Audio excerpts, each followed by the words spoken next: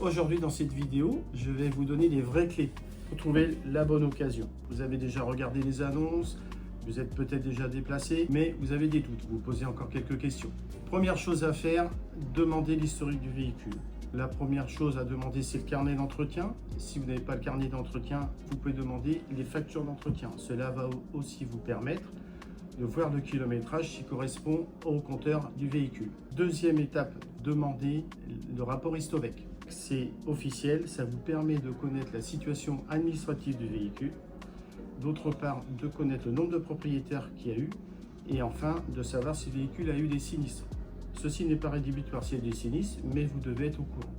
Chez DBF, on remonte l'historique de tous nos véhicules avant même qu'ils le soient en vente. Tout simplement, chez DBF, nous voulons connaître les véhicules avant de vous les proposer. La deuxième chose importante à faire sur un véhicule, une fois que vous êtes devant le véhicule, c'est l'observer.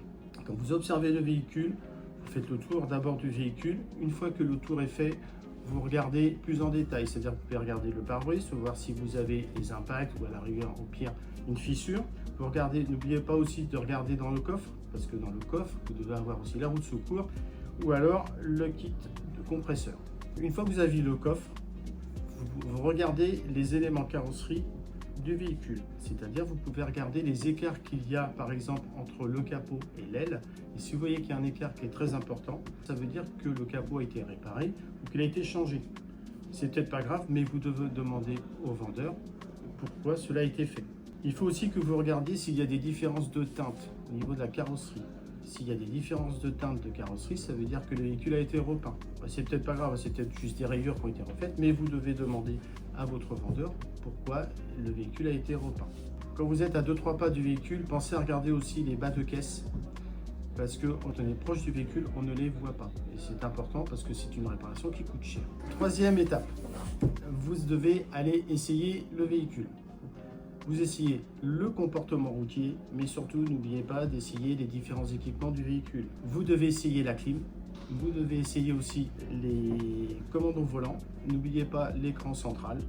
Tout ce qu'il y a dans la voiture, vous devez l'essayer afin de voir le bon fonctionnement. Quatrième étape, quand vous revenez de l'essai, demandez à votre vendeur ce qui a été fait ou ce qui va être fait pour la vente, ce qu'on appelle la préparation. Cela va vous permettre de savoir ce qui a été fait exactement, mais surtout de savoir ce que vous aurez à faire plus tard dans la vie du véhicule. Chez DBF, tous nos véhicules qui sont sur le parc ont été préparés, c'est-à-dire qu'il y a une révision, il y a 90 points de contrôle qui ont été faits. Pour les véhicules électriques et hybrides, il est important de demander l'état de santé de la batterie. Aujourd'hui, nous sommes capables, comme un téléphone, de vous donner le taux d'usure de la batterie. Nos collègues le font sur tous les véhicules hybrides et électriques qui rentrent chez nous, chez DBF. Nous savons exactement l'état de santé de la batterie. En résumé, une bonne occasion n'est pas forcément la moins chère, mais celle dont vous connaissez l'historique et vous comprenez l'état réel du véhicule. C'est comme ça qu'on le conçoit chez DBF.